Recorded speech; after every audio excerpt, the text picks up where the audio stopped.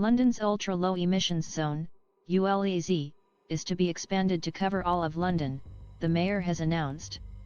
From August 29, drivers of the most polluting cars will have to pay £12.50 a day to enter to the Greater London Authority boundary. The expansion of the zone has been strongly opposed by campaigners.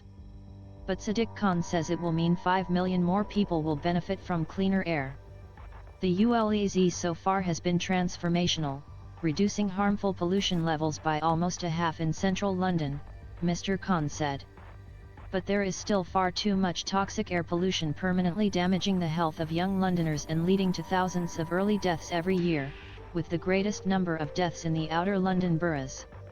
Under the current scheme, drivers are charged to enter London's north and south circular orbital roads, but the charge is not applied across the capital. City Hall says it believes about 200,000 non-compliant vehicles are driven regularly in London, a figure it expects to fall rapidly. There will be an increased scrappage scheme fund of £110m, and those who scrap more polluting cars will also be offered travel cards. Under the plans, disabled drivers will be entitled to a grace period until 2027. Bus networks will also be improved in outer London, the mayor said.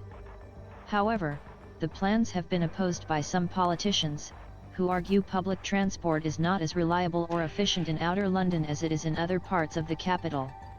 The Federation of Small Businesses, which has opposed any ULEZ expansion, believes its member will be badly hit, while motoring groups have said they believe it unfairly penalises drivers. Brian Gregory, policy director at the Alliance of British Drivers, said he thought Mr. Khan was wrong about the public health benefits of the scheme. His whole basis for extending the ULEZ zone on the basis of public health doesn't stand up to scientific scrutiny. TfL, Transport for London, has an enormous hole in its budget, and Mayor Khan is looking to fill that hole by any means that he can. They call it the ULEZ, and the plan is London will get the expanded ultra-low emission zone on August 29, 2023. With this further expansion, the noise against it has been much louder and clearer. Many groups have called for it to be delayed. Outer London is more car-dependent and there is much less public transport. But the mayor thinks doing nothing is not an option. This time there seems to be more mitigation.